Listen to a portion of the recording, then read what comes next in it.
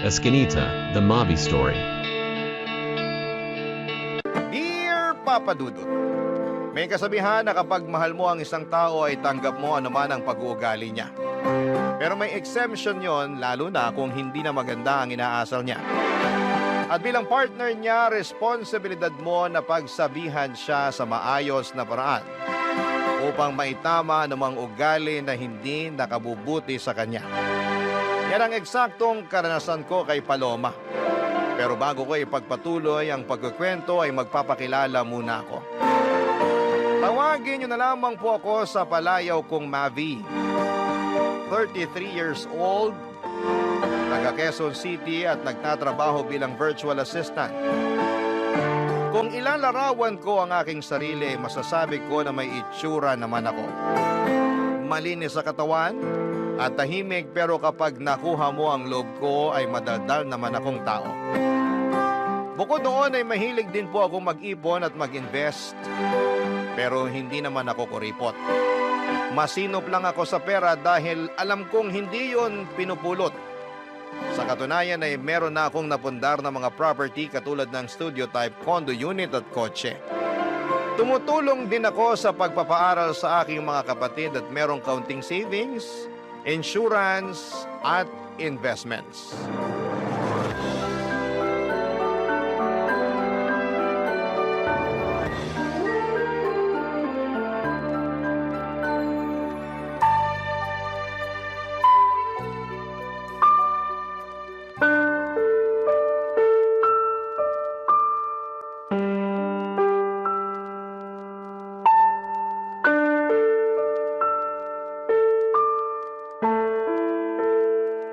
Babe, bakit mo ginawa yun? Alin ba? Yung kanina, nakalimutan mo na yata eh. Bitawan mo nga muna yung cellphone mo, mag-usap muna tayo. Pwede naman tayong mag-usap habang nire-replyan ko tong kaibigan ko, di ba? Saka ano bang pag-uusapan natin? Tapos na rin naman na yun. Kaya ako nga tinatanong kung bakit mo ginawa yun. Nakakahiya. Wala akong pakialam kung nakakahiya na pinatulan ko yung pinsan mong epal. Ang tagal ko nang nagtiis sa pagpaparinig niya sa Facebook na social climber ako ganito-ganyan. Sumusobra na siya. Kaya ayun, nung nakita ko siya kanina sa party, di na ako nakapagtimpi. Lalo patingin-tingin pa siya. Patingin-tingin pang gagat, bubulong-bulong pa sa mga kasama niyang mukhang hipong katulad niya. Babe naman. Huwag ka sa akin magalit. Hindi mo ba narinig yung sinabi ko? Narinig ko, pero di pa rin tama na hindi ka nagtimpi. Yung pinsan mo ang pagsabihan mo kasi sumusobra na siya. Bala ko rin talagang kausapin yung pinsan ko. Pero meron ka bang ebidensya na ikaw talaga yung pinariringgan niya sa Facebook? Hindi mo ba nababasa yung mga post niya? Hindi ako madalas mag-Facebook. Tsaka may nabasa ako isang beses pero wala namang binanggit doon na pangalan mo. Meron ba? Wala. Oh, wala naman pala eh. Pero alam ko, patama sa akin yun kasi tinatamaan ako eh. Saka alam nating lahat na unang beses pa lang na pinakilala mo kami sa isa't isa, mainit na talaga ang dugo niya sa akin. Akala yata ng gagang yun, hindi ako mapagpatol. Akala ko rin hindi ka mapagpatol. Kaya di mo ko masisisi kung bakit ako nagkakaganito. Ako yung hiyang-hiya kay tita kasi sa birthday party pa talaga ng pamangkin namin kay Umixena. Buti na lang mabait si tita dahil mas pinili niyang pagpasensyahan kayong dalawa kaysa masira yung araw. Pero grabe, nakakahiya talaga kayo. Wala na akong magagawa dyan. Meron naman eh. Sana masinabaan mo pa pasensya mo. Sana imbis na awayin siya na nakikita ng iba, kinausap mo na lang sa isang sulok para di na kayo nakagawa ng eksena. Sana bago ka nagdesisyon ng ganun nagsabi ka sa akin para ako na mismo yung kumausap sa pinsan ko. Boyfriend mo ako, di ba? Oo nga, boyfriend kita. Pero paano ko masasabi sa'yo, busy ka sa pakikipagtawanan mo sa mga kaibigan mong lalaki? Nakakahiya naman na istorbuhin ka, di ba? Bakit ka mahihiya? Wala namang kaso yun, lalo mahalaga naman yung sasabihin mo. Basta! O ano? Sasabihin mo na naman na hindi mo akalain na papatol pala ako. Pwes, sorry kung hindi ako perpekto. Paloma naman, hindi ganyan ang ibig kong sabihin. Tsaka wala namang pinanganak na perpekto sa mundo, di ba? Oo, pero yun ang pinapalabas mo at yun ang nararamdaman ko. I'm sorry. Sorihin mong mukha mo. Masama yung loob ko sa'yo. Bakit naman? Alam mo naman yun, tatanong-tanong ka pa. Dati ka bang baliw? Ano ba namang klaseng pananalita yan? Ay, sorry kung na-offend ka. Buti pa iwanan mo na lang ako rito sa room. Gusto ko mapag-isa. Pumunta ka na lang muna sa pamilya mo, baka hinahanap ka na nila At pag nakita mo yung pinsan mong epal, sabihin mo hindi ko siya aatrasan kahit saan kami abutin. Masyado ng mapapel. Tupiin ko siya sa 8 dyan eh. Papa Dudut, 6 na buwan na kaming magkarelasyon ni Paloma at pinakilala siya sa akin ng kaibigan ko. Nagustuhan ko naman siya agad dahil nasa kanya na halos lahat ng tipo ko sa isang babae. Noong bago pa lamang kami ni Paloma ay napakatahimik niya at mahiyain. Pero habang tumatagal ay nagiging madaldal na siya at kung ano-ano ng bagay ang ginagawa niya. Isa na nga doon ang pagiging palaaway at palapatol niya sa lahat ng bagay. Hindi lang naman ang pinsan ko ang pinatulan niya. Mahilig din siyang makipagbangayan online at mag-comment ng kung ano-ano sa isang post. Kaya nga hiyang-hiya ako sa nangyari sa birthday party ng pamangkin ko. Buti na lang at hindi palaaway ang pamilya namin kaya pinagpasensyahan at pinalagpas na lamang nila ang ginawang eksena ng girlfriend at pinsan ko. Pero humingi ako ng dispensa at sa kabilang banda ay kinausap ko ang aking pinsan tungkol sa akusasyon ni Paloma. Bagay na pinabulaanan naman niya. Mas lalo lang tuloy akong na-stress sa kanilang dalawa, Papa Dudut. At wala rin naman akong gustong kampihan kaya nga naggalit at nagtampo sa akin ng girlfriend ko. Pero makaraan, Papa Dudut, ang ilang araw ay nagkabati naman kaming dalawa.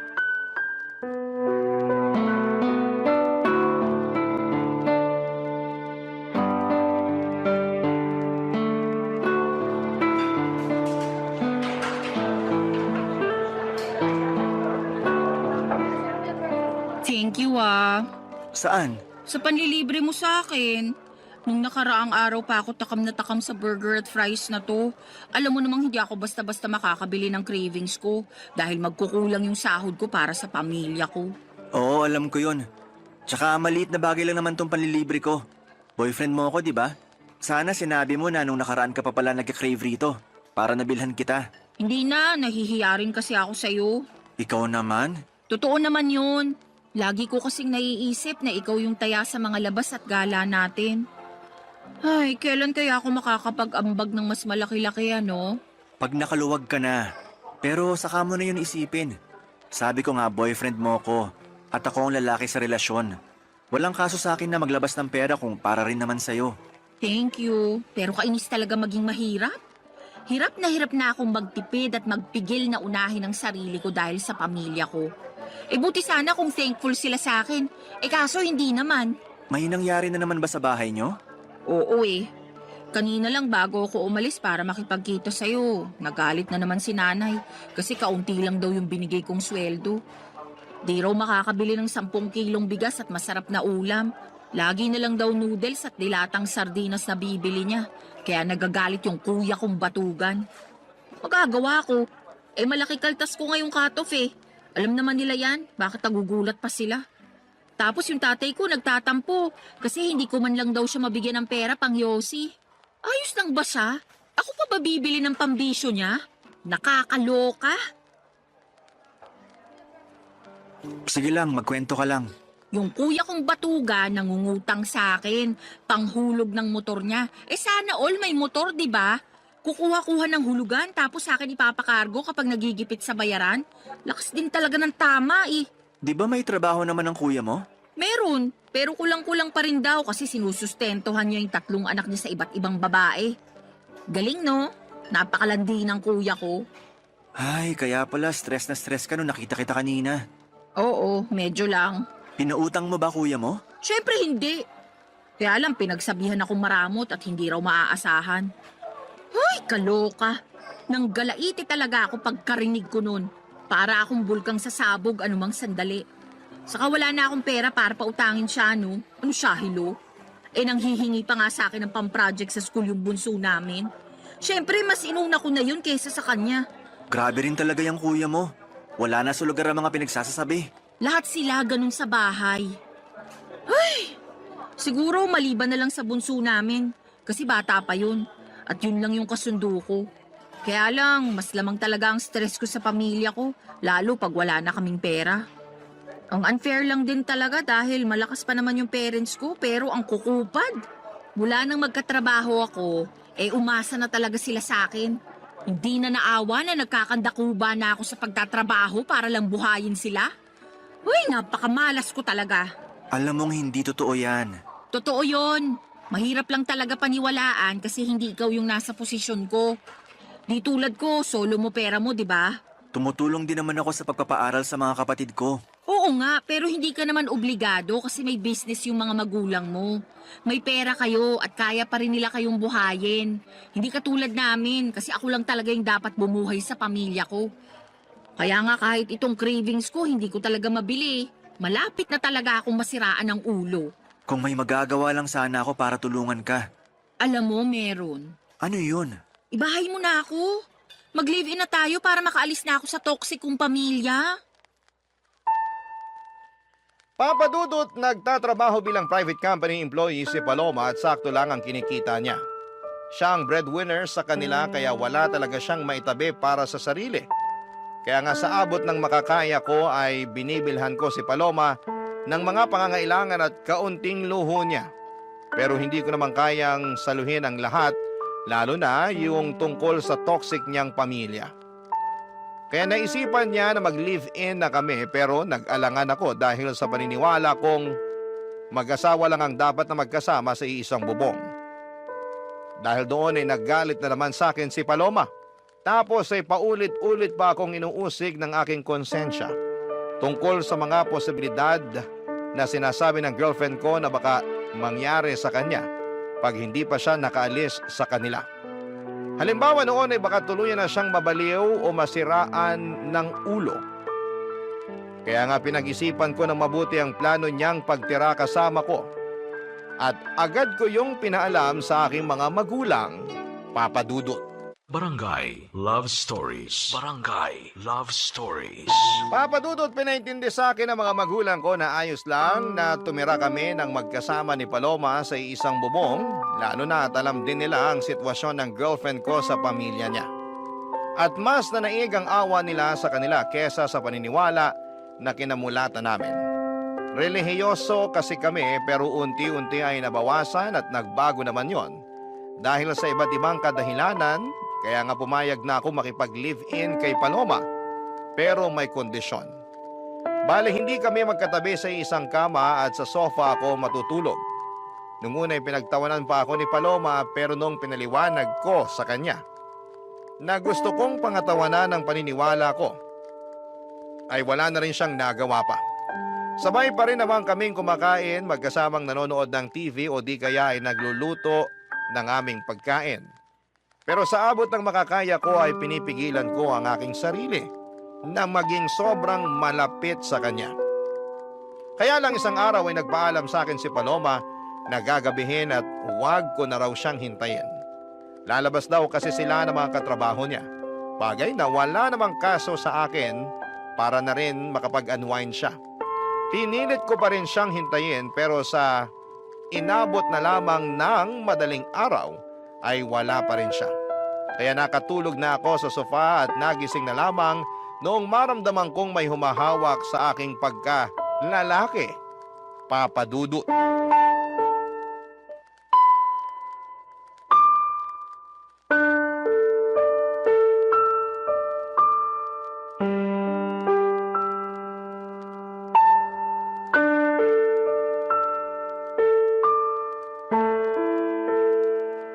Sabi na gusto mo rin talaga? Kunwari ka pa? Paloma, anong ginagawa mo? Bakit mo ko hinihipuan? Sobra ka naman sa hinihipuan. Baka nakakalimutan mong girlfriend mo ko. Hindi ko nakakalimutan yon.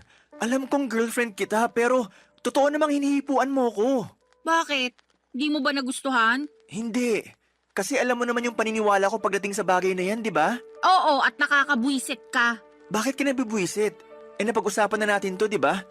Sabi mo naiintindihan mo ko. Kahit tinawanan mo muna ako at inasar-asaran nung una. Totoo namang sinubukan kong intindihin. Pero habang tumatagal, pakorni ka na ng pakorni Kalalaki mong tao, nagpipigil ka, nandito na tayo Magkasama na tayo sa iisang bubong. Ba't di mo pa ako sunggaban at samantalahin? Naririnig mo ba yung sarili mo? Naman, tingin mo sa akin, bingi? Hindi, pero nakakagulat na sa katulad mo pa talagang babae galing yung mga salitang yun. Girlfriend mo naman ako at boyfriend kita. Tingin mo sasabihin ko yun sa ibang lalaki? Ano ako, gaga? Kahit na, hindi pa rin tama na ganyan ka magsalita. Irespeto mo naman ang sarili mo.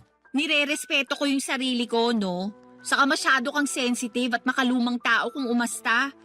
Tingin mo ba may maniniwalang walang nangyayari sa atin ay nakatira tayo sa iisang bubong? Wala naman talagang nangyayari sa atin, di ba?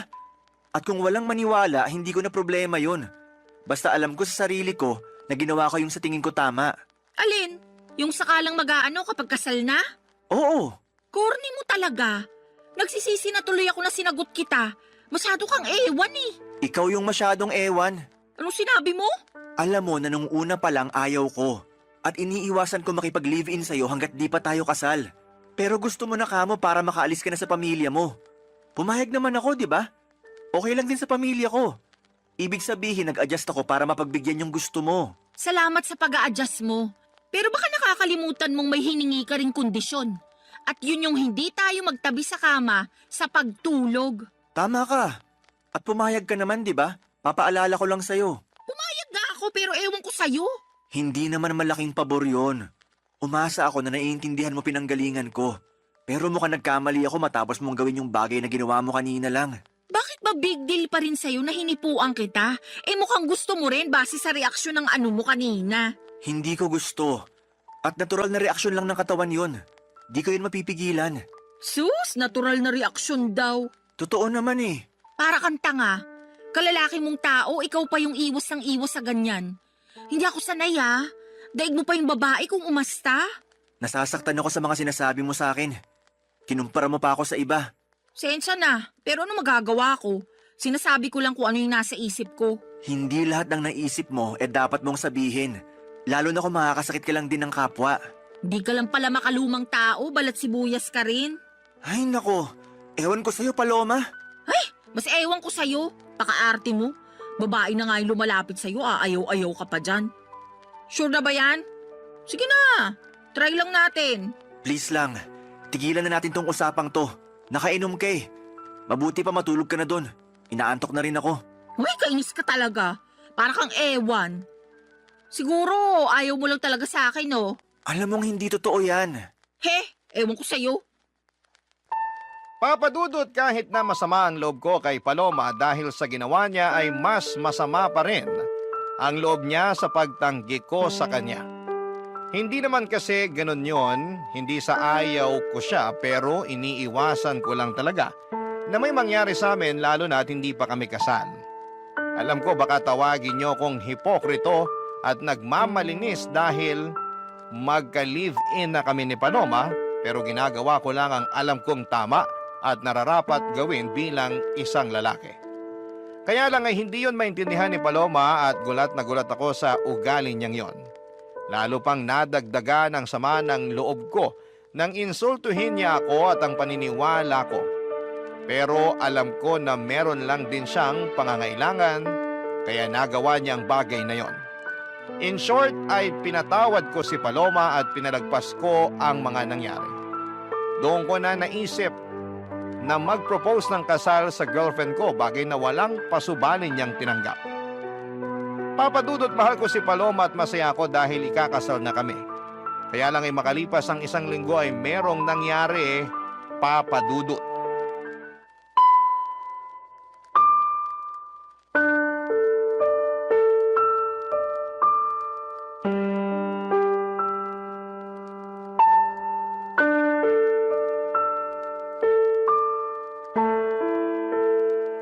Babe naman, bakit ganun yung mga sinabi mo kay mama? Naalin ba? Na feeling ko nagkukulang ka na sa akin kasi hindi mo nabibigay pangangailangan ko? Na-stress na ako pero hindi ka makaramdam? Di mo man lang ako matanong kung anong gusto ko o kung saan ko gustong pumunta para mag-relax? Buti pa yung ibang babae, mahal na mga jowa nila. Pero ako ewan ko na lang talaga. Mahal kita. At kaya ko lang naman di nagawa yung mga sinabi mo dahil naging busy ako sa trabaho. Tapos wala pa akong energy pagkatapos kasi drained na drained ako. Drain na drain din naman ako at kitang-kita na yung sa mukha ko. Tingnan mo nga 29 years old pa lang ako, pero nagkaka-wrinkles na ako. Ang oily na rin ang mukha ko, halatang hindi na naaalagaan. Paano ko pa magagawa yun kung mas gusto ko na lang na matulog pag uwi ko rito sa unit mo, no? Buti ka pa nga kahit papano nagagawa mo pang mag-gym. Nito lang naman ako nagpa-member sa gym na malapit sa atin. Para may magawa rin akong iba bukod sa typical kong ginagawa, di ba? Tsaka niyaya kita. Baka sabihin mo diyang hindi. Niyaya mo nga ako, pero nag-iisip ka ba nung ginawa mo yun? Oo naman. Anong ibig mong sabihin? Feeling ko kasi hindi. Kasi kung nag-iisip ka, maiisip mong pagod na ako sa maghapong pagtatrabaho sa opisina. Tapos yayayain mo pa talaga ako mag-workout? Yun lang kasi naiisip kong paraan para kahit paano magkaroon ka naman ng exercise. Lagi mo kayang nirereklamo sa akin na masakit na likod at puwet mo kauupo sa opisina nyo. Tapos sabi mo pa, ang taba-taba mo na kaya naisip ko, what if magpamiyembro tayo sa gym para makapag-workout ng sabay, di ba? Tsaka maganda rin yung benepisyo ng exercise, hindi lang sa katawan kundi maging sa isip na rin. Pag pinagpapawisan ako gumagaan pakiramdam ko. Ikaw yun. Hindi naman lahat ng tao pare-pareho. Baka imbis gumaan ang pakiramdam ko pag ginawa ko yung sinasabi mo, di na ako makapasok sa opisina kinabukasan dahil sa sakit ng katawan. Sabihin mong hindi, nung unang 3 araw mo na nag-workout, hindi ka nga makabangon kasing sakit-sakit ng katawan mo? Maswerte ka lang talaga kasi work from home ka kumusta naman ako, di ba? Bakit ba napunta doon yung usapan? Ang issue rito yung pagrarant mo kay mama. Lumabas pa tuloy na pinababayaan kita. O bakit, hindi ba? Saka mama ko na rin siya, lalo't magiging asawa na kita. Kanino ako magrarant? Sa lola mo, patay na yun. Paloma naman! Totoo naman patay na lola mo, di ba? Oo, pero di mo na kailangan banggitin yung tungkol doon. Para ka namang ewan Kung ano-ano na lang sinasabi mo. Siyempre, may bibig ako kaya may sasabihin talaga ako. Ang akin lang naman sana, ako yung una mong kinausap para nalaman ko't naitama kung may maliman. At nagawa ng paraan yung mga pagkukulang ko sa'yo. Yan tayo Gusto mo talaga sinasabi sa'yo yung dapat automatic ng ginagawa mo? Natural. Kaya ka nga may bibig para makapagsalita, di ba? Ikaw may sabi niyan kani-kanina lang. Ano pang silbi niyan kung di mo gagamitin sa tama? Ay, sumusobra ka na talaga. Ako pa yung sumasobra. Ikaw tong parang ewan dyan. Tsaka tayo yung nasa relasyon, kaya dapat sa atin pa lang inaayos na natin yung issue. Hindi na kailangan malaman nila mama. Tsaka na lang pag di na talaga natin kayang ayusin. Ano na lang sasabihin nila? Na hindi ako marunong magdala ng relasyon? Na pinababayaan kita, ganun ba? Alam natin na hindi yan totoo. Kasi mahal kita, Paloma. Papadudot aaminin kong hindi ako natuwa dahil nakarating pa sa mama ko ang mga reklamo ni Paloma. Para sa akin, ako ang unang tao na dapat niyang kausapin tungkol sa bagay na yon at hindi ang mga magulang ko. Nakakahiya kasi lalo na at meron rin silang sariling problema para problemahin pa ang mga reklamo ng girlfriend ko. Kaya nga hiyang-hiya ako sa mama ko dahil sa nangyari. Pero at the same time ay thankful din kasi pinayuhan niya ako kung ano ang dapat gawin upang maging mas maayos ang relasyon namin ng girlfriend ko. Tapos ay sinamantala ko na rin ang pagkakataon na kausapin si Paloma at ipaunawa sa kanya na hindi totoong pinapabayaan o tinitipid ko siya. Kung nabawasan man ang oras at pera na naibibigay ko sa kanya ay dahil lamang nag-iipon ako na para sa pangkasal namin. Kaya lang ay ewan ko ba sa girlfriend ko kung bakit pakiramdam niya ay pinagdadamutan ko siya. Para wala ng away ay ako na lamang ang nag-adjust. Sa abot ng makakaya ko ay binigay ko ang mga gusto ni Paloma, Papa Dudut. Barangay Love Stories. Barangay Love Stories. Papa Dudut, makalipas nga ang isang buwan ay gulat na gulat ako nang sabihin sa akin ni Paloma na nag-resign na siya sa kanyang trabaho. Ni hindi kasi niya nabanggit sa akin na may plano na pala siya na umalis. Basta sinabi lang niya na ayaw na niyang magtrabaho dahil nabuburyo at napapagod na raw siya. Pero sa kanya pa rin humihingi ng sustento ang pamilya niya. Kaya problemado siya kung paano makapagbibigay sa kanila. Kaya ako ang umako ng responsibilidad na yon dahil magiging pamilya ko na rin naman ang pamilya niya. Pero labis talaga akong nahirapan at nabigatan sa buhay noong nadagdagan ng responsibilidad na nakaatang sa aking mga balikat. Kahit na nakakaluwag ako noong una ay umabot ako sa punto na halos masaid ang savings ko. dahil sa mga hingi at bigay para sa pamilya ni Paloma. Dahil po sa mga nangyari ay nagsabi ako sa parents ko na baka hindi muna ako makatulong para sa pagpapaaral ng mga kapatid ko, bagay na nauunawaan naman nila. Nag-offer pa nga sila na pahiramin ako ng pera sakaling kailanganin ko. Sobrang bait ng mga magulang ko kaya naman hiyang-hiya ako sa kanila. Doon ko na naisipang kausapin si Paloma tungkol sa sitwasyon pero meron namang ginawa ang magaling kong girlfriend, Papa Dudut.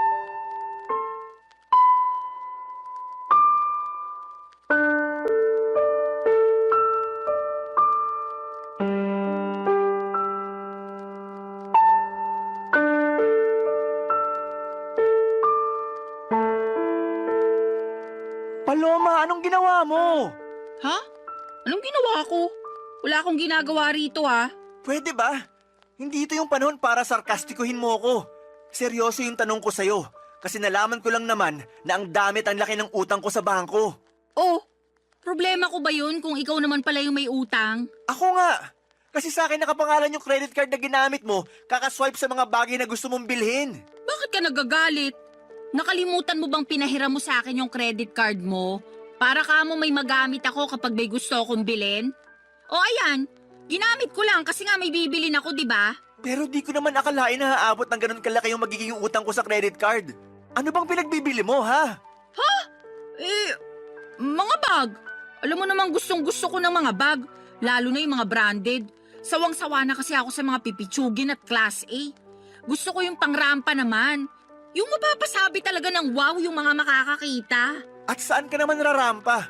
Lagi ka namang andito sa condo unit. Grabe ka naman. Lumalabas din naman ako kasama ng mga dati kong katrabaho, lalo tuwing Biyernes ng gabi. Siyempre, kailangan ko rin ng social life dahil baka mabaliw na lang ako rito sa condo mo, no? Bukod sa mga bag, ano pang binili mo gamit credit card ko? Mga sapatos lang naman. Anong mga sapatos lang naman? Kaya pala sandamakmak na yung sapatos mo. Dalawa lang naman yung paa mo. Sobra ka naman magsalita. Siyempre, salit-salitan ko naman sinusuot yung mga yan, ano? Ikaw ang sobra, kasi di ka marunong magtipid. Ano pa, bukod sa mga bag at sapatos? Ha? Bakit ba gusto mo pang isa-isahin ko? Hindi mo ba nabasa yung mga statement of account? Sagutin mo na lang, kasi gusto ko sa'yo mismo nang galing. Oo na. Ano pa ba? Yung flight namin next month na mga kaibigan ko. Flight papunta saan? Sa Hong Kong. Alam mo namang pangarap kong makapag-ibang bansa, di ba? Plano namin puntahan yung sikat na amusement park doon. Paloma naman! Bakit ba kasi? Tanong-tanong ka pa. Sige nga, paano ko ngayon babayaran tong mga kineskas mo sa credit card ko? May trabaho ka naman, di ba? Ang laki-laki pa nga ng sweldo mo, kayang-kaya mo na yan. Malaki ang sweldo ko pero malaki rin ang mga gastusin ko. Baka nakakalimutan mo na cargo ko pa pamilya mo. Hindi ko nakakalimutan yon. Sa lagay nanunumbat ka, ganon. Magiging asawa mo na nga ako, di ba? Ibig sabihin, ang pera mo, pera ko na rin. Ang pamilya ko, pamilya mo na rin. Masyado kang mapanumbat. Hindi naman ako nanunumbat. Tsaka ngayon lang ako nagsalita. May narinig ka ba sa akin nung mga nakaraan? Wala, di ba? Pero para sa kaalaman mo, nahihirapan na rin ako. At kahit na anong gawin kong pagkatrabaho, kulang na kulang pa rin sa laki ng gastusin natin. Kaya nga sana matuto kang magtipid. Hindi naman kita pinagdadamutan, pero ipaalam mo muna sa akin kung may gusto kang bilhin para mapag-isipan nating mabuti. Hindi naman mahirap gawin yun, di ba? Hindi. Pero lahat na lang ba kailangan kong ipagpaalam sa'yo? Kung ganun lang din, sana hindi mo na binigay yung credit card mo sa akin para ipagamit. Di raw nanunumbat. Pero ano yung mga sinasabi mo? Porke wala akong trabaho, ganyan mo na ako tratuhin? Dinamay mo pa ang pamilya ko? Tama ba yun? Lagot ka talaga. Isusumbong kita sa nanay mo. Papadudot, sabihin na po nating sumabog na ako sa galit ng mga panahong yon. Kaya hindi ko na napigilan ang aking bibig na makapagsalita ng hindi maganda sa girlfriend ko. Pero pinagsisihan ko naman yon at inihingi ng tawad sa kanya. Kaya lang ay matigas ang puso ni Paloma at gusto niyang palabasin na inagrabyado ko siya. Na masakit daw akong magsalita, mayabang at mapagmataas porke ako ang kumikita sa aming dalawa. Totoo naman na ako pero hindi ako kailanman nagyabang at nagmataas sa kanya. Sa abot ng makakaya ko at pangunawa ay sinusustentuhan ko siya at ang pamilya niya habang nag-iipon ng pangkasal namin at pinagsasabay na bayaran ng iba pang mga gastusin sa araw-araw naming pamumuhay. Kaya naman alam kong ako ang agrabyado rito at may karapatan akong magsabi ng mga hinanakit ko. Aaminin kong hirap na akong pakisamahan si Paloma dahil napakabigat niyang dalhin. At sa araw-araw na lamang na ginawa ng Diyos ay palala ng palala ang kanyang pag-uugali, Papa Dudut.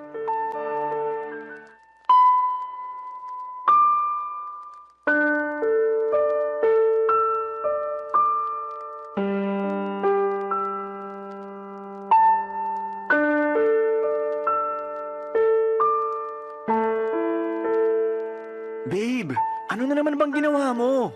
Ginawa na naman saan? Sinabi ko pa naman kina mama na available yung kotse para gamitin nila sa outing nila ng mga kumare niya. Para lang malaman na wala na sa parking yung sasakyan ko. Oo, kasi pinakuha ko kay kuya kanina yung gagamitin nila sa family outing namin. May problema ba dun? Meron! Oy, ba't ka sumisigaw dyan? Nakakaaburido ka naman eh. Nakuha mo pa talaga magtanong at maaburido? Ako nga dapat na magsabi niyan. Kasi natulog lang ako, tapos pagising ko, wala na yung kotse ko. Hindi mo ba narinig yung sinabi ko? Pinagamit ko kay kuya kasi magsiswimming daw sila nila nanay at tatay sa kanong kapatid ko. Hindi na nga ako sumama dahil meron ako masakit puson ko, hindi ko rin mai-enjoy. Wala akong pakialam sa outing ng pamilya mo kasi kotse ko naman yon. Tsaka di mo rin ba narinig sinabi ko? Papagamit ko dapat kay mama yung sasakyan ko, pero wala na. Ano na lang gagamitin nila, di ba? Problema ba yun? May sarili naman silang sasakyan. Problema yon kasi nasa talir yung kotse nila. Pinaghagawa. Tsaka matagal lang pinagpaalam ni mama sa akin na hihiramin niya yung sasakyan ko. Tapos bigla mong pinahiram sa pamilya mo? Di mo pa pinaalam sa akin kagabi bago tayo matulog. Nakalimutan ko Sa kapamilya ko naman yung gagamit, buti sana kung ibang tao. Magalit ka kung sa iba ko pinahiram. Oo! Parang yung pagpapagamit mo ng credit card ko sa mga kaibigan mo nung nag-book kayo ng flight, di ba? Akala ko ba nakapag-move on ka na dun? At saka binabayaran naman nila kahit hulugan. Kalmahan mo lang. Hindi ko na alam kung paano kumalma kasi malapit na ako mapuno rito. Kaso ang unfair dahil laging ako yung mali. Kapag nagsalita ako, lagi mo binabalik sa akin na mapanumbat ako, ganito, ganyan. Tama ba yun? May karapatan naman talaga ako manumbat kung gugustuhin ko lang, di ba? Anong gusto mo? Manahimik na lang ako para isipin mo na ayos lang yung mga ginagawa mo? Ganun yata talaga gusto mo mangyari Akala ko ba mahal mo ko? Mahal kita, Paloma. Pero ako ba mahal mo? Oo naman. Tinatanong pa ba yan? Kung hindi kita mahal, di sana ako pumayag na magpakasal sa'yo. O baka naman mahal mo lang ako kasi may nabibigay ako sa'yo. Paano na lang kung wala na? Ganun pa rin ba mararamdaman mo para sa akin? Ano ba namang tanong yan? Masyado ka nang nagiging madrama. Hoy, para sa kaalaman mo, wala tayo sa TV at radyo para magsalita ka ng ganyan. Kakainis to. Kita mong masakit yung puson ko, dumadagdag ka pa Diyan ka magaling.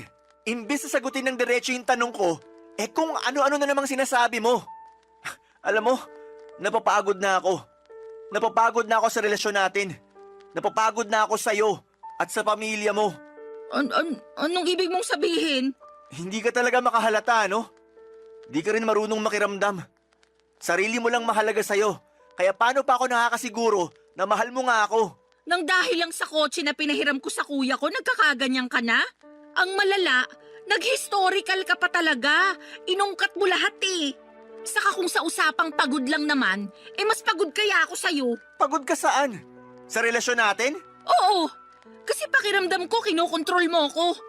Ipapaalala ko lang sa'yo hindi pa tayo mag-asawa. At kahit mag-asawa na tayo, wala ka pa rin karapatang diktahan yung buhay ko. Bigla ako tuloy na miss maging malaya. Yung walang iniisip o pinoproblemang mababaw na issue. Sige, simula sa araw na to, malaya ka na. Ha? Anong sabi mo? Sabi ko, simula sa araw na to, malaya ka na. Kasi nakikipaghiwalay na ako sa'yo. Tapos na tayo. Papa Dudut, nagmakaawa pa sa akin si Paloma na bawiin ko ang pakikipaghiwalay ko sa kanya. Pero naging matigas ako ng mga panahong yon. Kahit na apektado na ako sa pag-iyak at paghingi niya ng paulit-ulit na sorry, ay tinatagan ko ang sarili ko upang tiisin siya.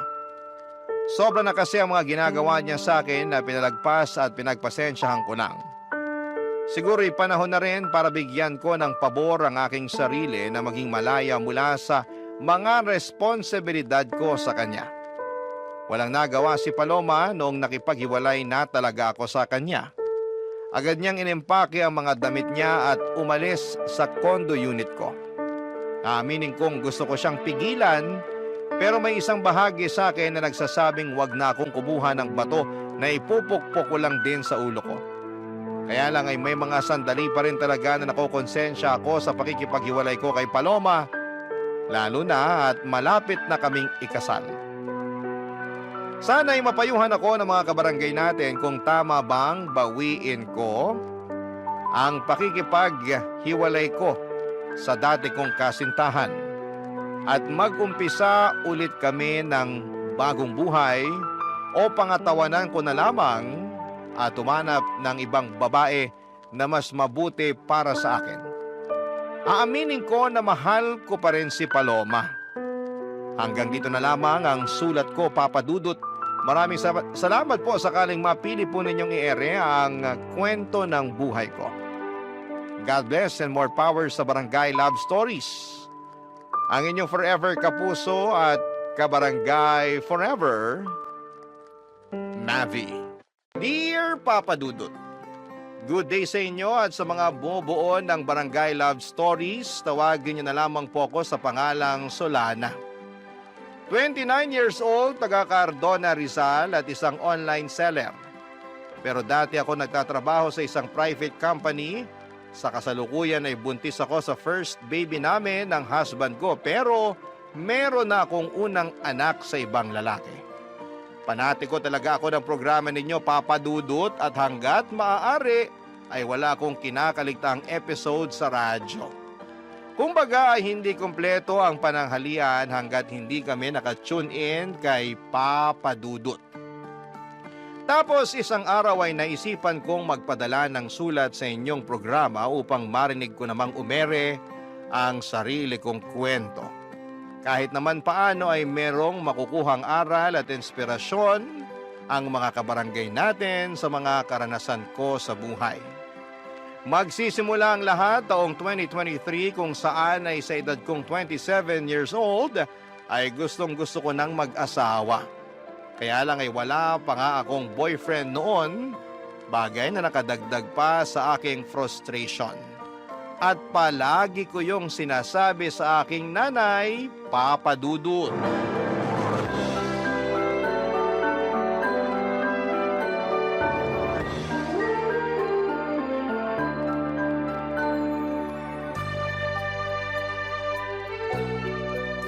Grabe na yun. Anong grabe? Yung classmate ko nung elementary at high school, mag-aapat na yung anak. Tignan niyo yung post niya dito sa Facebook. Pinakita niya yung pregnancy test niyang positive. Dami nga nag-congrats sa kanya. Talaga? Tingin nga. Guling, di ba? Kasing edad mo lang din yan, ano? Mas matanda po ako ng 1 taon sa kanya. Ibig sabihin, 26 years old pa lang siya, tapos nakaapat na anak na. Mismo. Naku, napakasipag naman nila mag-asawang gumawa ng bata. Hayaan mo na po. Buhay naman nila yan eh. Sa bagay, mahalaga lang naman dun hindi napapabayaan yung mga bata. Kahit mag-anak pa sila ng 100, ayos na ayos lang. Grabe naman po sa 100. Aba, nangyayari naman yun Kami nga 18 magkakapatid, di ba? Mas grabe pala kayo, Nay. Ay, ewan ko sa'yo, Solana. Minsan napaka-OA mo. Sobra naman po kayo. Oh, totoo naman. Diyan pa lang sa mga reaksyon mo, akala mo unang beses mo palang narinig na 18 kami magkakapatid. Sensya na po. Hala, kinasal na pala siya? Sino? Ito po dati kong katrabaho. Nagpunta na rin po siya dito sa bahay ng birthday niyo. Siya lang talaga in-invite ko noon kasi okay naman siyang kasama. Natatandaan ko nga na katulad mo wala pa rin siyang asawa nun. Pero masaya naman ako kasi sa wakas kinasal na siya. Masaya rin po ako. Pero sobra naman kayo sa pagsasabi na katulad ko wala pa siyang asawa. Noon yun kasi ngayon kasal na siya. Sa katotoo naman na wala ka pa ring asawa, di ba? Pati nga boyfriend, wala pa rin eh. Kaya nga medyo nalungkot po ako. Ha? Bakit? Kasi tumatanda na ako pero wala pa rin ako nakikilalang lalaki na mamahalin at gugustuhin pakasalan. Ay, ayoko pong tumandang dalaga at mamatay na hindi pa nararanasan ang sarap ng buhay. Pinagsasasabi mong sarap ng buhay ang hirap kaya magkaanak lalo na sa panahon ngayon, ano? Napakamahal ng mga bilihin at serbisyo. Kung mahirap ka, dapat manahimik ka na lang sa isang tabi. Siyempre, pagsisikapan naman po namin na magiging asawa ko yung pamilya na bubuuin namin. Hindi namin ipaparanas sa magiging anak namin yung hindi magandang buhay. Eh, sa bagay, di naman kita mahahadlangan kung ramdam mo na dyan sa mga buto-buto mo na gusto mo nang mag-asawa at bumuo ng sarili mong pamilya. Kahit na mahirap ang buhay, masarap pa rin na meron kang asawa at mga anak. Kaya, sige, humayok at maghanap ka na ng magiging boyfriend. Siguraduhin mo lang na yung mapipili mo yung lalaking responsable, marunong sa pamilya, mabait, may pangarap, hindi lang para sa sarili, kundi lalong-lalo na sa inyong magiging anak nyo. At higit sa lahat, hindi mapanakit. Nako, subukan ka lang niyang saktan. Lalatiguhin ko pati mata niya. Si nanay talaga, wala pa nga eh. Sinasabi ko lang sa'yo yung gagawin ko kapag maling lalaking napili mo. Kaya ayusin mo paghahanap ng matinong mapapangasawa, ha? Boyfriend po muna, wala pa nga akong boyfriend eh. Kala ko, diretso kasalan kasi atat na atat ka na dyan eh. Nay talaga, O bakit? Totoo naman sinasabi ko sinabi ko bang hindi? buti na yung nagkakaliwanagan. Masyado talaga kayo mapangasar. Para namang di mo ko kilala. Mapang-asar talaga ako at nasa iyo na lang kung maaasar ka. Ay, pero seryoso nak, kung anong magpapasaya sa'yo, gawin mo. Marami-rami ka na rin sinakripisyo para sa pamilya natin. Panahon na para mapagtuunan mo naman ang pansin ng sarili mong buhay. Papa Dudut, masyado kasi akong naging tutok sa pagtulong sa pamilya namin simula mawala ang aming tatay. Bata pa kami noon at talagang ginapang kami ni nanay sa paghahanap buhay. At bilang panganay sa 3 magkakapatid ay sadya kong kinalimutan ang pagla-love life at ang aking sarili. Pero aminado akong gusto ko na talagang bumuo ng sariling pamilya that time at masaya naman ako kasi suportado ako ng aking nanay. In fact, siya pa ang kontodo push sa aking makipag-date o magpaligaw kaya ginawa ko ang mga payo niya. Bilang unang hakbang ay nag-install ako ng dating app sa aking cellphone. Nagpatulong pa nga ako sa best friend ko na pumili ng maganda at pinaka-the best kong picture na gagawin kong display profile. First time ko lamang kasing gumamit ng dating app at sa tanang buhay ko. Isa pa lang ang nagiging boyfriend ko. Pero matagal na yon dahil nag-aaral pa lamang ako sa high school at sa pagkakatanda ko ay umabot lamang kami ng 1 buwan. Fast forward. Meron ako nakilala at nakamatch na lalaki sa naturang dating app na gamit ko ng mga panahon na yon. 2 linggo rin kaming nag-usap bago kami nag-decide na magkita na. At may nangyari na nga sa amin ang unang araw na yon. Kaso makalipas ang 1 buwan at kalahati, bigla na lamang siyang naglaho na parang bula, Papa Dudut.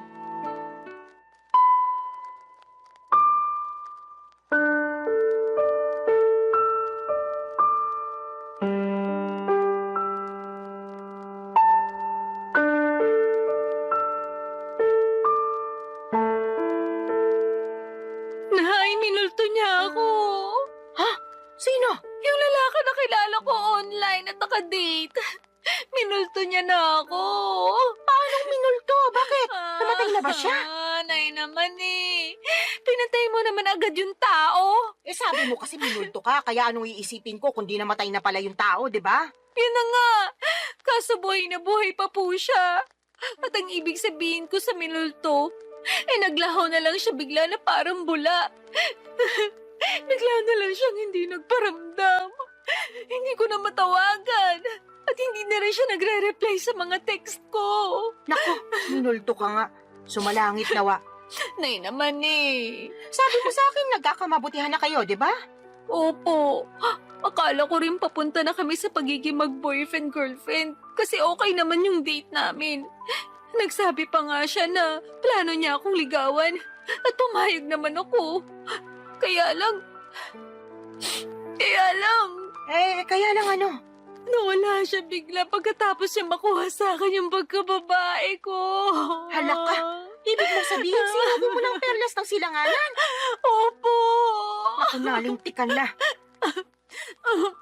Teka, Nay, nasusuka ako. Ay, sinasabi ko na nga ba? Pumunta ka doon sa lababo. Doon ka sumuka. Naku. Ay, hindi kaya buntis ka? Pwede po ba yun? Oo naman. May nangyari sa inyo kamo. Tapos nagkakaganyan ka. Malamang buntis ka. Ay, niregla ka na ba? Hindi pa nga po eh.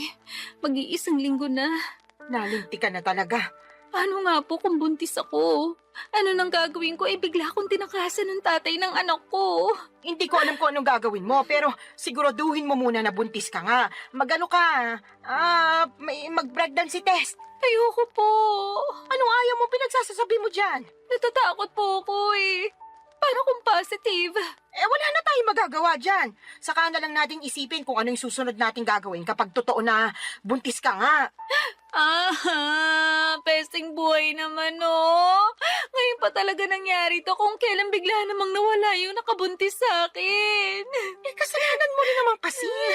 Sana bago ka bumuka ka dyan, sinigurado mo muna na gumamit ng proteksyon yung lalaking yon. Oh, kita mo nangyari. Tingin ko, nakatunog yun na mabubuntis ka niya. Kaya biglang naglaho na parang bula. Wala naman po sanang kaso kahit mabuntis niya ako eh. Kaya lang ang kiniinis ko, iniwan niya ako bigla. Akala ko pa naman nagkakaintindihan na kami. Na mahal na namin ang isa't isa. Pero mukhang hindi po pala ganon. Hindi talaga. Kasi nakuha na niya yung gusto niya sa'yo. Napakasama niyang tao. Sinabi mo pa. Sana makarma siya sa pangiiwan niya sa'yo at sa magiging anak niyo kung totoo nga na buntis ka. Kinakatakot ko lang po na baka hindi ko kayanin. Alin? Yung pagbubuntis ko po. Ewan, naguguluhan pa po ko. Nalilito. Masyado mabilis yung mga pangyayari. Kahit na anong mangyari, kailangan mong kayanin dahil nandiyan na yan. Alam nga namang ipalaglag mo yung dinadala mo malaking kasalanan niya sa Diyos. Tsaka, hindi ka na batas, wala na. Nung nakaraan lang, naulit-ulit mong sinasabi na gusto mo nang magkaanak at magkaroon ng pamilya, di ba? O ayan na, magkakaanak ka na sakaling buntis ka nga. Kaya dapat kayanin mo. Huwag kang mag-alala. Nandito ang nanay. Akong bahala. Gagabayan kita. Papadudot ng sumunod na araw ay nakumpirma kong buntis nga ako. Buti na lang talaga ay nandyan ang nanay ko dahil kung wala siya malamang ay hindi ko na alam ang aking gagawin. Dahil sa biglang pagtakas ng lalaking nakabuntis sa akin ay natakot ako sa responsibilidad ng pagiging nanay sa baby na nasa sinapupunan ko ng mga panahong yon. Kaya nga malaki ang pasasalamat ko kay nanay dahil to the rescue siya. At kahit na extra challenge ang naging pagbubuntis ko ay si nanay ang katuwang ko, Papa Dudut. Unti-unti ay natutuhan kong mahalin ang baby na dinadala ko ng mga panahong yon. Inisip ko kasi na tama naman ang sinabi ni nanay. Walang kasalanan ang anak ko sa ginawa ng tatay niya. Sadyang meron lamang mga lalaki na hindi marunong magtaguyod ng pamilya. Nasa una lang magaling at duwag naman sa responsibilidad. Malas lamang ako kasi ganong klase ng lalaki ang natagpuan ko, Papa Dudut. Barangay Love Stories. Barangay Love Stories. Papa Dudut, makaraan ng 9 na buwan ay naipanganak ko ng malusog ang aking panganay. Nag-leave ako noon sa opisinang pinapasukan ko at noong matapos yun ay agad na rin ako nagbalik trabaho. Kailangan ko nang magdoble kayod upang matustusan ang pangangailangan ng anak ko. Alam ko na simula maging nanay ako ay dapat huli ko nang isipin ang aking sarili dahil laging unang-una ang kapakanan ng baby ko. Kaya lang ilang buwan pa lamang akong nagtatrabaho ulit ay nakaramdam na ako ng matinding kapaguran. At hindi yon Yung klase ng pagod na nawawala kapag pinahinga mo, kundi naghahalo-halong pagod mentally and physically. Doon ko rin napagkumpara ang sitwasyon ko bilang single parent sa aking ibang katrabaho na merong healthy relationship sa kanilang mga asawa. Gusto ko lang naman ang katuwang sa buhay at mag-aalaga sa akin dahil matagal na panahon din ako ang nag-aalaga sa iba. Pati ba naman sa sarili kong anak ay ako pa ring mag-isa. Kaya nga binanggit ko yon sa nanay ko dahilan para sermonan niya ako ng todo-todo, Papa Dudut.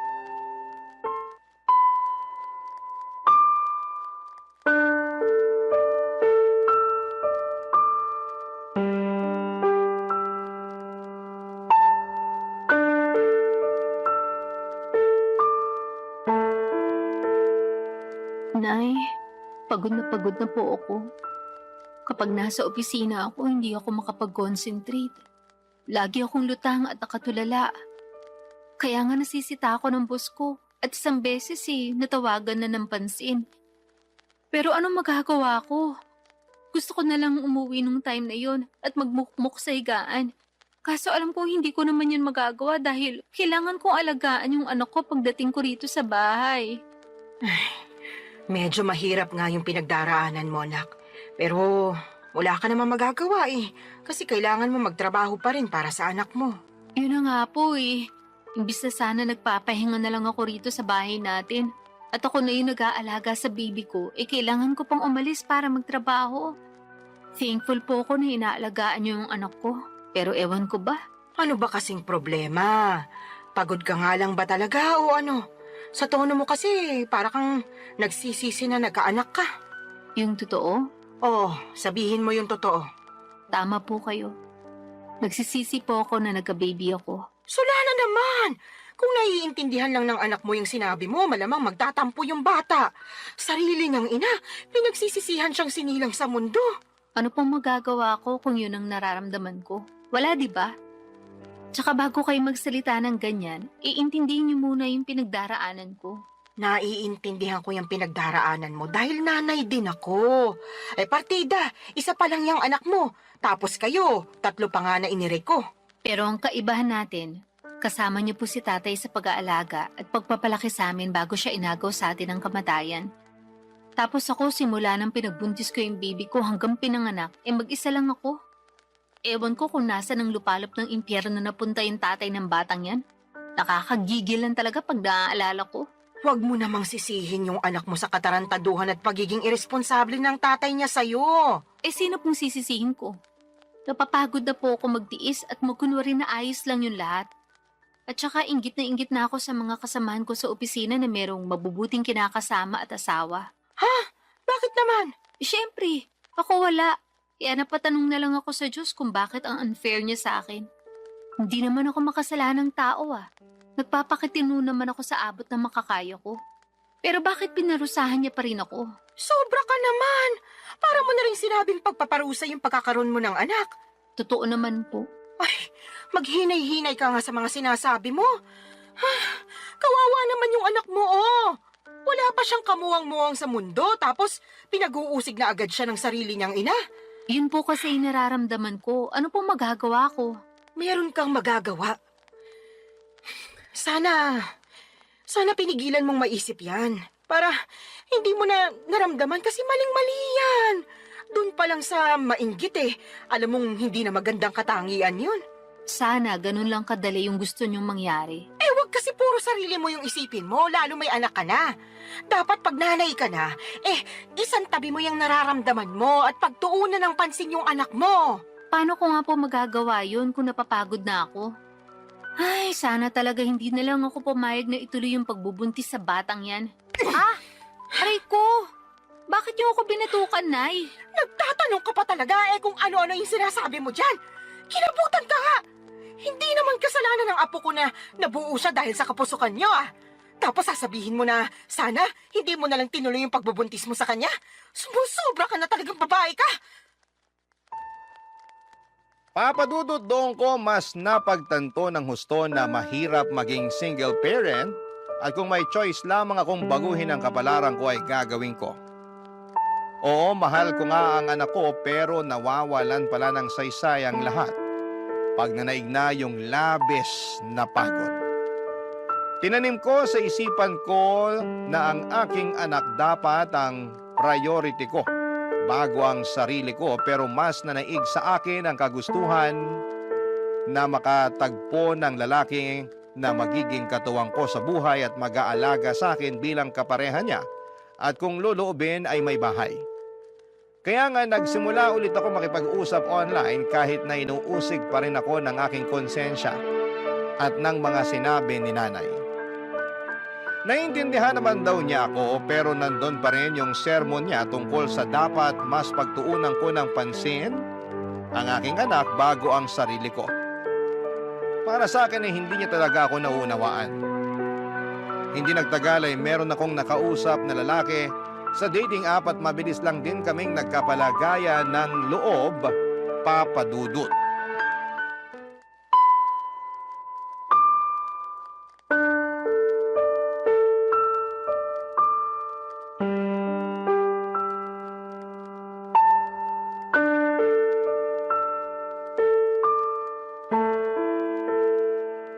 Anong sinabi mo, Solana? Pakiulit nga kasi parang nabingi yata ako. Nay naman eh. Ulitin mo kundi mababatukan kita. Sabi ko po, willing akong sumama sa lalaking nakakausap ko kung yayayain niya akong makipag-live-in sa kanya.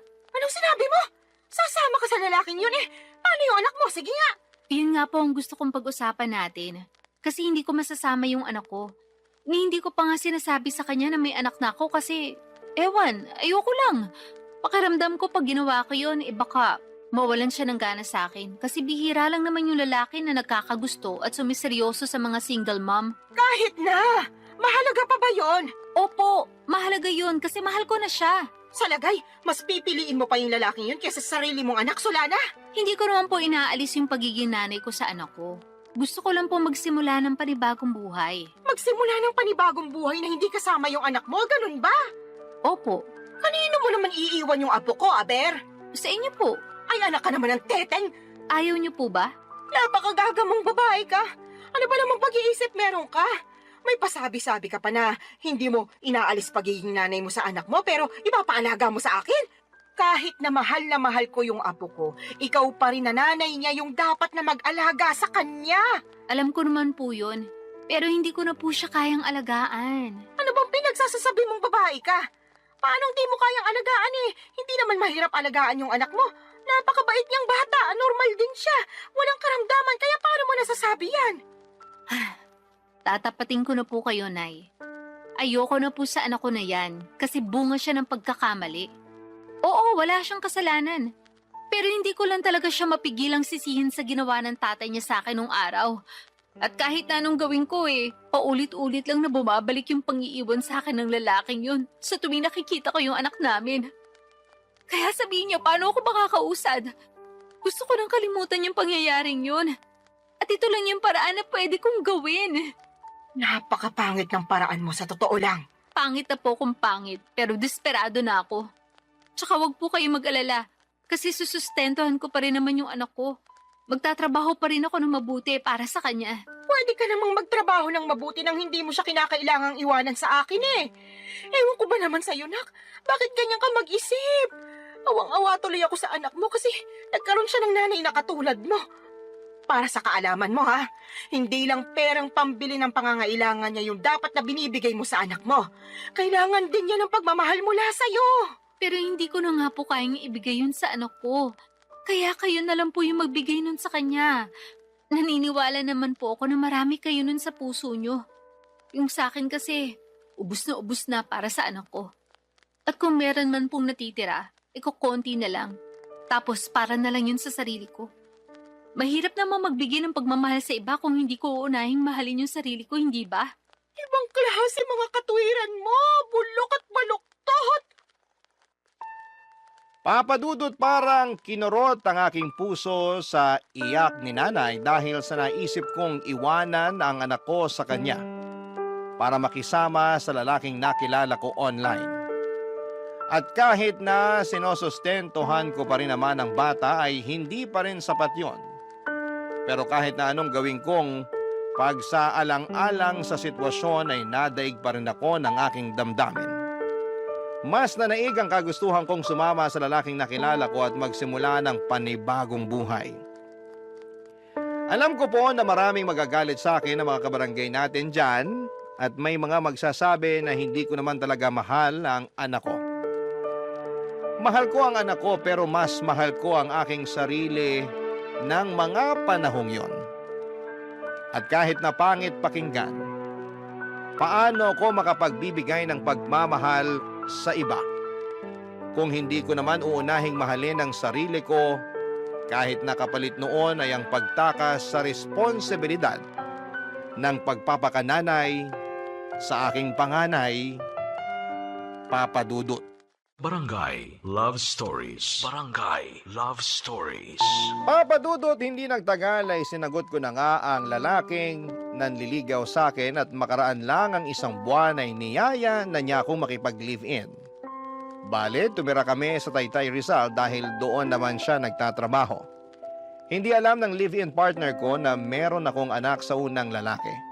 At sa totoo lang ay gusto ko na talagang hindi niya malaman, pero alam ko na wala namang lihim na hindi nabubunyag. Kaya sa huli ay inamin ko sa kanya ang totoo dahilan para magalit siya sa akin. Hindi dahil may anak ako sa ibang lalaki kundi dahil hindi raw ako naging tapat sa kanya nung una pa lamang.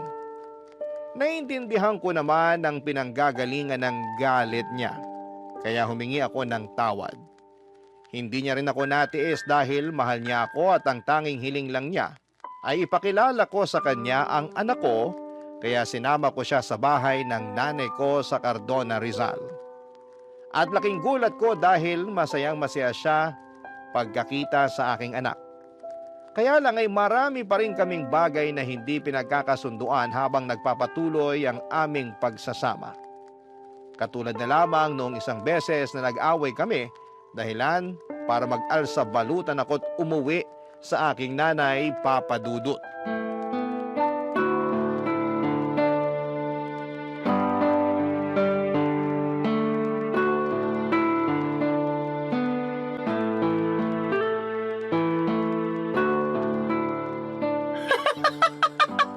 Ano nga ulit yung dahilan ng away niyo, anak?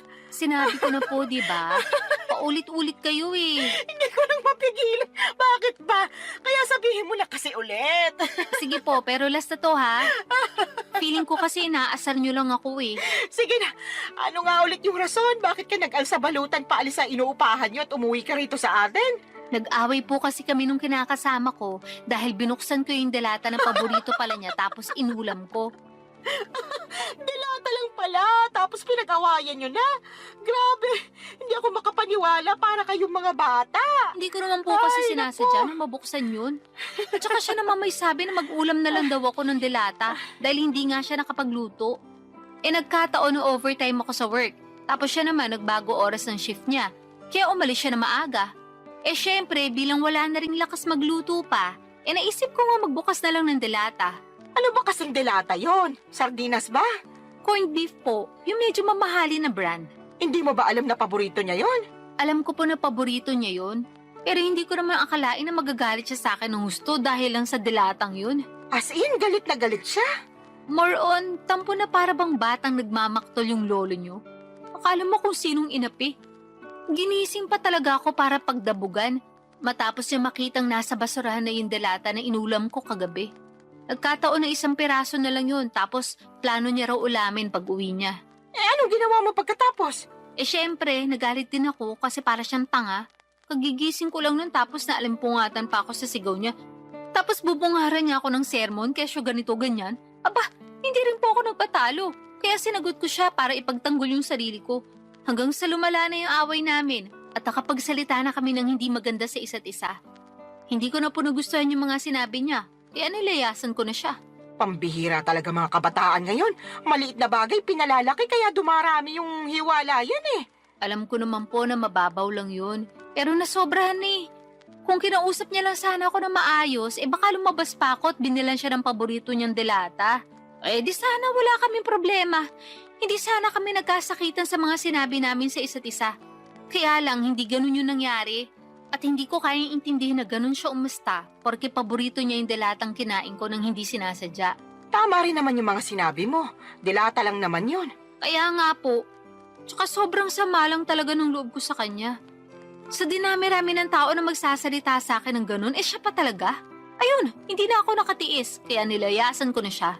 Hindi talaga maiiwasan yung pagkakaroon ng hindi pagkakaintindihan sa relasyon. Pero sana, huwag niyong hayaan na sirain ito yung pagsasama ninyo. Tama rin na umalis ka doon para makapag-isip-isip kayo pareho. Magpalamig ka muna rito habang malayo kayo sa isa't isa. Pero huwag niyong patagalin yung away ninyo. Hindi yun maganda. Ewan ko, Nay. Mahal ko naman po siya pero masakit talaga mga sinabi niya sa akin. Biruin niyo, sabihin ba naman ako matakaw kasi naubos ko rin yung dilata niya? Gutom na nga ako noon. Kahit naman ako na gutom, baka maubos ko rin yon. Yun na nga po. Medyo sumobra lang siguro yung reaksyon ng kinakasama mo para lang sa isang delata. Sa lagay, mas matimbang pa yung pagmamahal niya sa paborito niyang pagkain kaysa sa'yo na kinakasama niya. Tumpak ka dyan, Nay. Naku, pag pumunta yun dito, makakatikim talaga sa akin yun ng sermon. Salamat po. Ay, hindi lang pala siya kundi kayong dalawa. Bakit naman po ako nasali dyan? Syempre, pareho kayo nasa relasyon At gusto ko lang ipaintindi sa inyo na hindi na kayo bata para pag-awayan yung ganong klase ng mababaw na bagay. Ay, umayos kayo, kundi pag-uuntugin ko na talaga kayo. Papa Dudut, alam ko naman na mababaw lang ang dahilan ng pag-aaway naming yon. At pwede namang maayos kaagad kung may isa sa amin na magpapakumbaba. Pero pareho na kaming kinain ng matinding emosyon. Noong araw ding yon ay pinuntahan ako at sinundo ng kinakasama ko sa Cardona at nakipagbati sa akin. Humingi rin siya ng sorry kay nanay dahil naabala pa namin siya. Pero ayos lang naman sa nanay ko, sa halip ay pinayuhan niya kami na pag-usapan ng mga bagay-bagay at huwag na huwag agad paiirali ng galit. Kaya nga ginawa namin ang lahat para ayusin ang pakikipagkomunikasyon sa isa't isa para hindi na maulit ang mga nangyari. At masasabi ko na mabuti ang resulta noon sa pagsasama namin. Meron pa rin namang mga misunderstanding pero mas alam na namin kung paano yon ayusin. Saka pansin ko na sobrang mahal din talaga ng kinakasama ko ang aking anak sa ibang lalaki. At nakikita ko yon sa tuwing bumibisita kami sa bahay ni nanay. Kaya nga nagustuhan na rin siya ng nanay ko para sa akin bilang kinakasama. Pero nitong March 2025 lang ay may sinabi ako sa nanay ko na labis niyang kinabigla, Papa Dudut.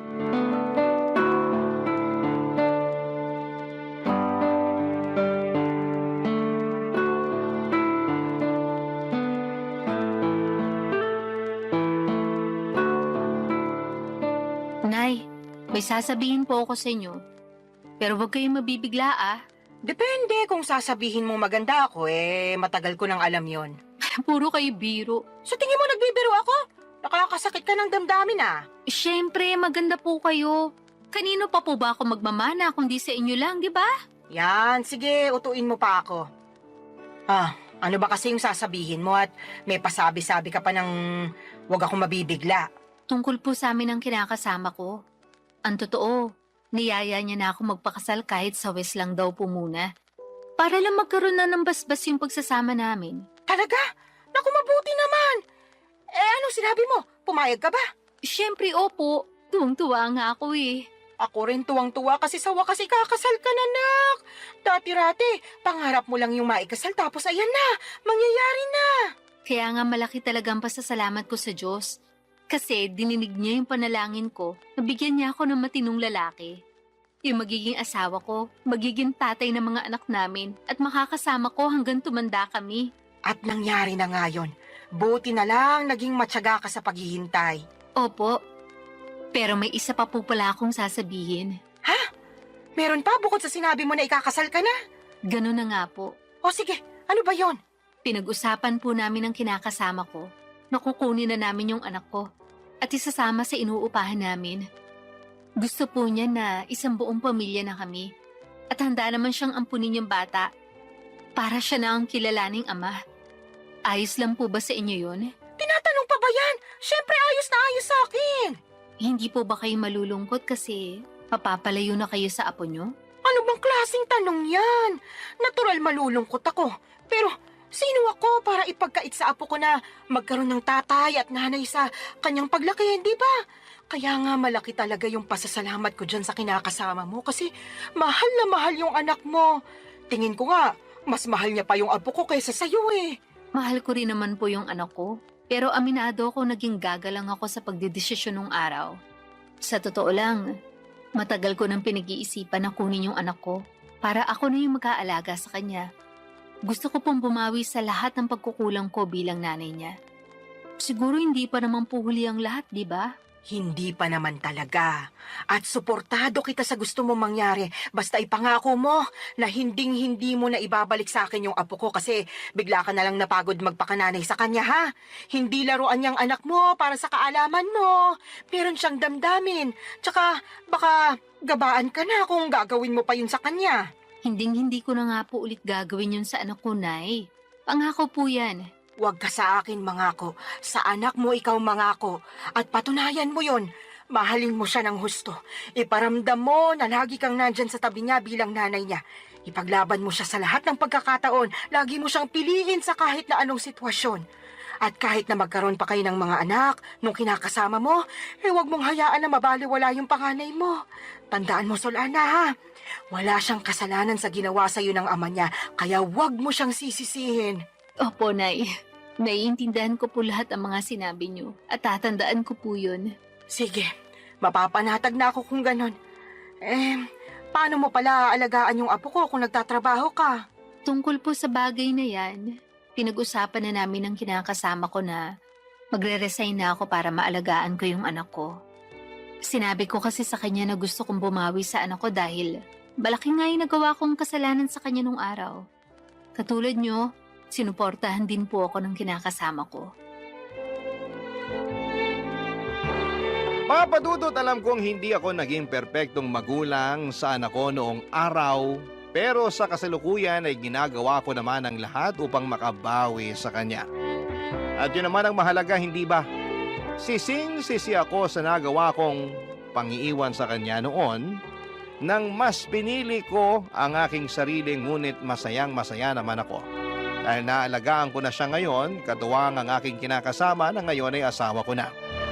Hindi pa rin naman nagsawang sumuporta at tumalalay sa akin si nanay, lalo na at buntis ako sa panganay namin ng mister ko.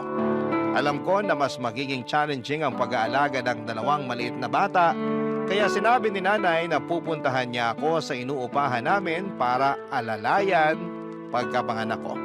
Doon pa lang ay naiyak na ako at nag-uumapaw ang saya ng puso ko. Mas lalo ko na-appreciate ang aking nanay sa totoo lang. At alam ko na marami pa akong matututuhan sa kanya mula sa mga karanasan niya kung paano maging mabuting ina. Maraming salamat po, Papa Dudut, sakaling mapili po ninyong i-ere ang istorya ng buhay ko. Sana po'y kinampulutan po ito ng aral at inspirasyon ng mga kabarangay natin. God bless sa inyong programa sa Barangay Love Stories. Patuloy kayong magbigay ng aliw sa ating mga kabarangay. Ang inyong forever kapuso at kabarangay, Solana.